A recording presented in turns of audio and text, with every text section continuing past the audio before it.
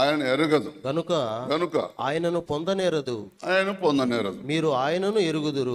మీరు ఆయన ఎరుగుదురు. ఆయన మీతో కూడా నివసించును. ఆయన మీతో కూడా నివసించును. మీలో ఉండును. అది యోహాను సువార్త 14:17 మీరు ఎన్నోసార్లు చదివి ఉండొచ్చు, కానీ ధ్యానం చేయలే.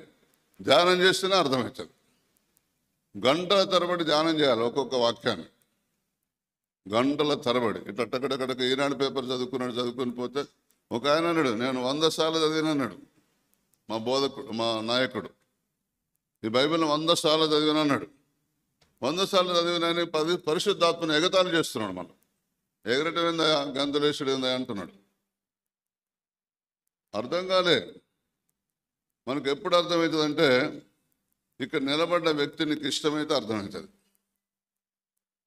ఇక్కడ నిలబడ్డ వ్యక్తి నీకు ఇష్టమైతే అర్థమవుతుంది. ఇక్కడ నిలబడ్డ వ్యక్తి నీకు